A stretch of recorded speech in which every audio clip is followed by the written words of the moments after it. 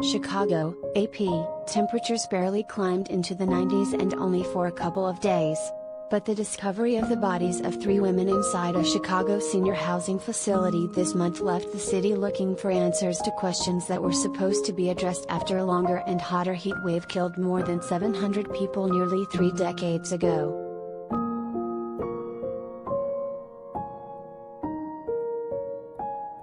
Now, the city, and the country, is facing the reality that because of climate change, deadly heat waves can strike just about anywhere, don't only fall in the height of summer and need not last long.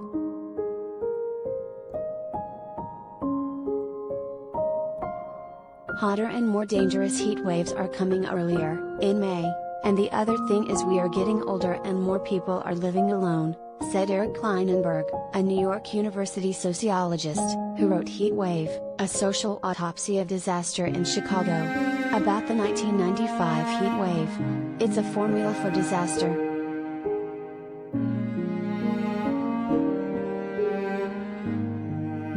The Cook County Medical Examiner's Office has yet to determine the causes of death for the 3 women whose bodies were found in the James Snyder apartments on May 14. But the victims' families have already filed or plan to file wrongful death lawsuits against the companies that own and manage the buildings.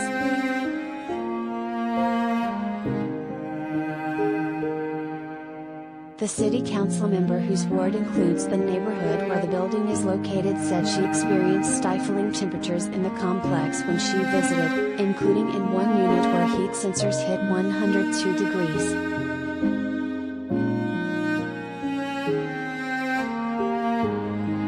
These are senior residents with health conditions, and they should not be in these conditions, Alderman Maria Haddon said in a Facebook video shot outside the apartments.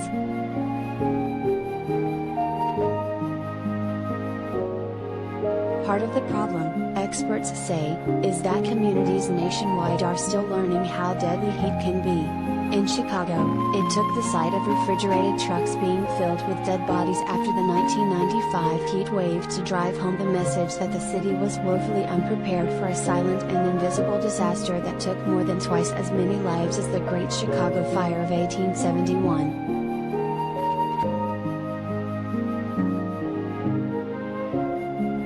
That realization led to a system in which city workers start calling the elderly and frail, and turn city buildings into 24-hour cooling centers when temperatures become oppressive.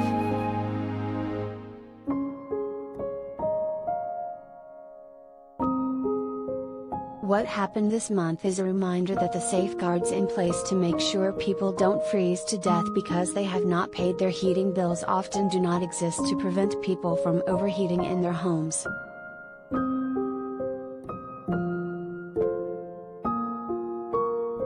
We have nothing for air conditioning, Haddon said.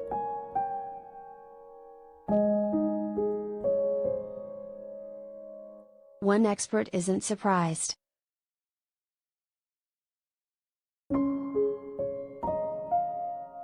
We recognize people need heating in cold weather and set up programs, financial assistance, to enable that, but we don't do that for cooling, said Gregory Wellenius, a Boston University professor of environmental health who has studied heat-related deaths.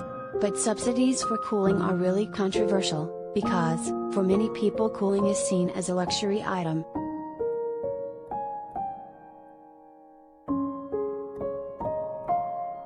In Chicago, Haddon said the building's management company believed it was not allowed to turn off the heat and turn on the air conditioning until June 1, because of the city's heat ordinance. But while she said the ordinance has no such requirement, the explanation may at least be a signal that the ordinance should be amended to better protect vulnerable people from heat.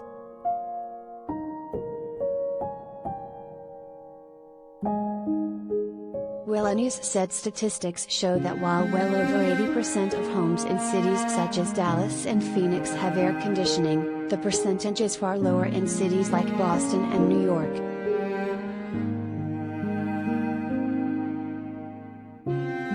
And in the Pacific Northwest, the percentage is even lower, something that came into stark relief in Oregon, Washington and Western Canada last June, when temperatures climbed as high as 118 degrees Fahrenheit, killing 600 people or more.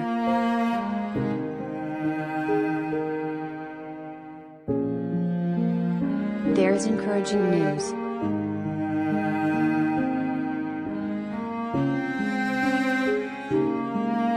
People have air conditioning and we are more aware of the health risks of heat waves, Kleinenberg said.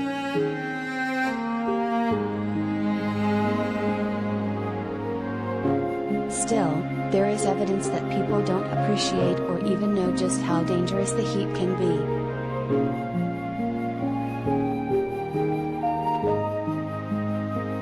In a study published in 2020, Wellenius and other researchers estimated that nationwide about 5,600 deaths a year could be attributed to high heat, 8 times more than the 700 heat-related deaths that our study found were officially reported each year.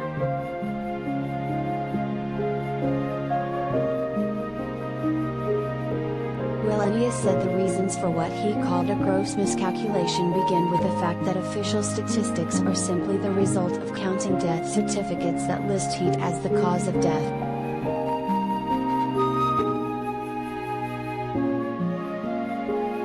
In the county that includes Chicago, for example, the medical examiner's office reported 2 heat-related deaths last year, and 7 the year before.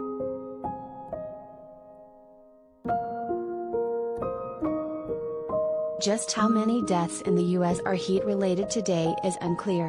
Wellenius' study, published in 2020, is the result of research from 1997 to 2006. And Kleinenberg said the issue has been complicated by the pandemic.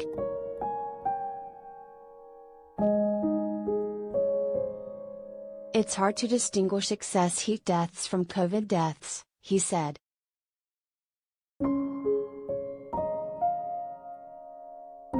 Still, Haddon knows something must be done to deal with heat that can hit earlier and later in the year than it once did.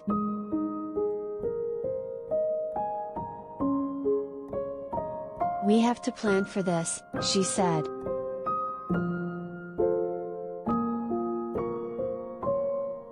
Kleinenberg wonders if cities will follow up on such talk.